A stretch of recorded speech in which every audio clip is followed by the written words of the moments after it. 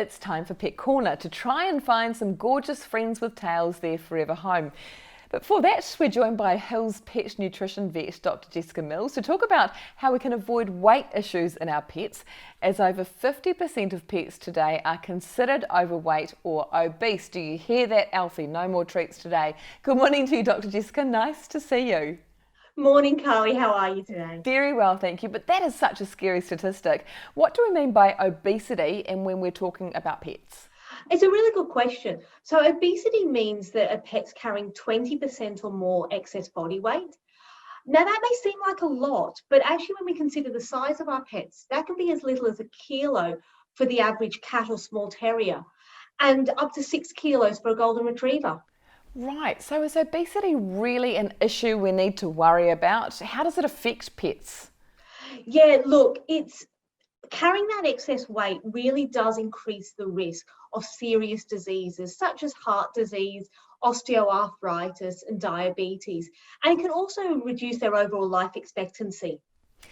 I'm going to ask you why so many pets are overweight, but you won't know this, but we're the proud new owners of a 5-month-old Cocker Spaniel who's currently eating some treats over in the corner there.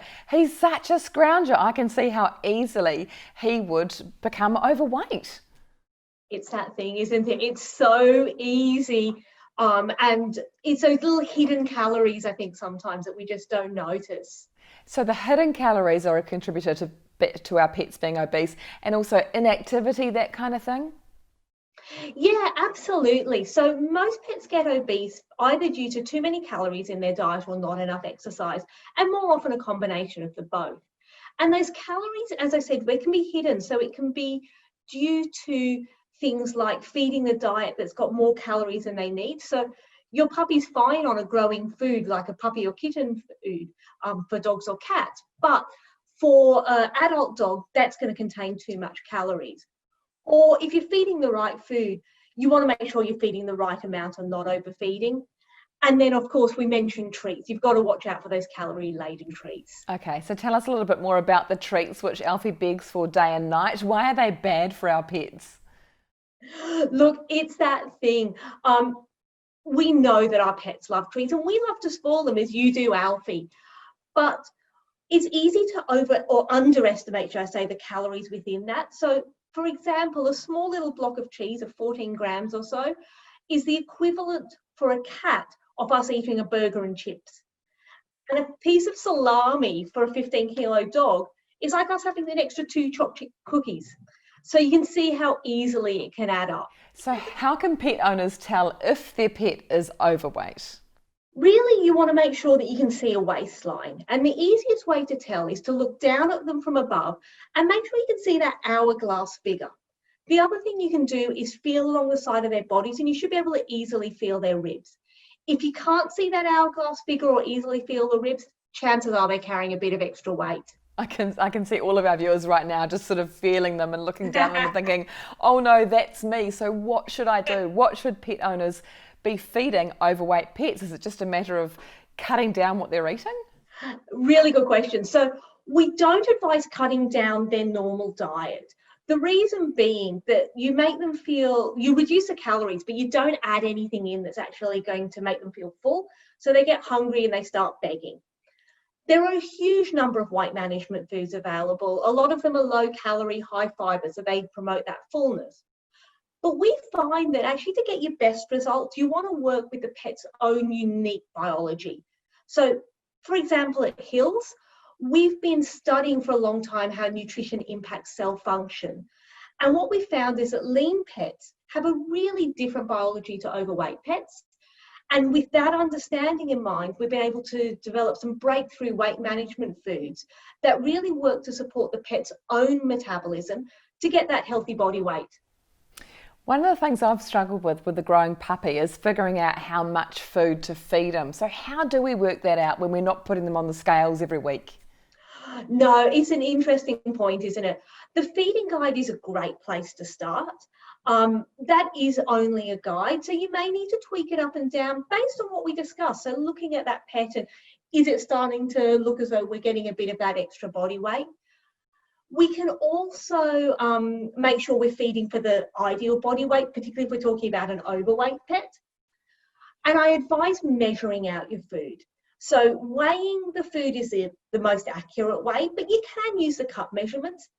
But because cups vary, as you know, in size and shape, I recommend using the cup that the manufacturer provides. And you can even cut it down. So once Alfie becomes an adult dog, and you know he might need 3/4 of a cup of food a day, cut that cup to the 3/4 mark, and then you're not going to overfill it by mistake as you're sort of quickly scooping it into the bowl. Okay, and what else can we do to help our dog or our cat lose weight? As well as the right diet, it comes down to exercise. So with your dog, it's a matter of working out, can you fit in an extra walk or two a week?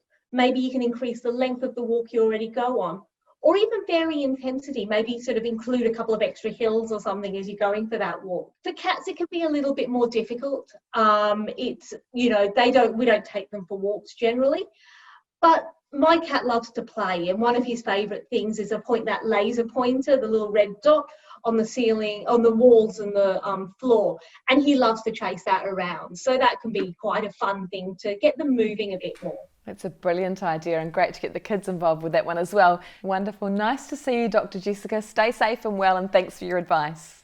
Lovely to meet you, Carly. And talking of finding forever homes, let's take a look at some gorgeous pets needing just that. Like happy, bouncy, smiley and active 4-year-old Nutmeg the Boxer Cross. She's good with other dogs and cats, but a bit of an escape artist, so will need a home with high fencing.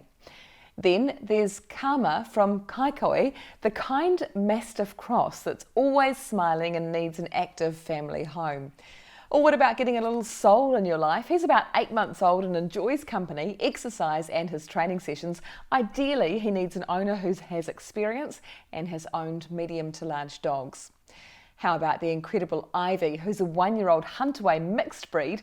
She'd love a family to become her own, but will need good fencing and gates.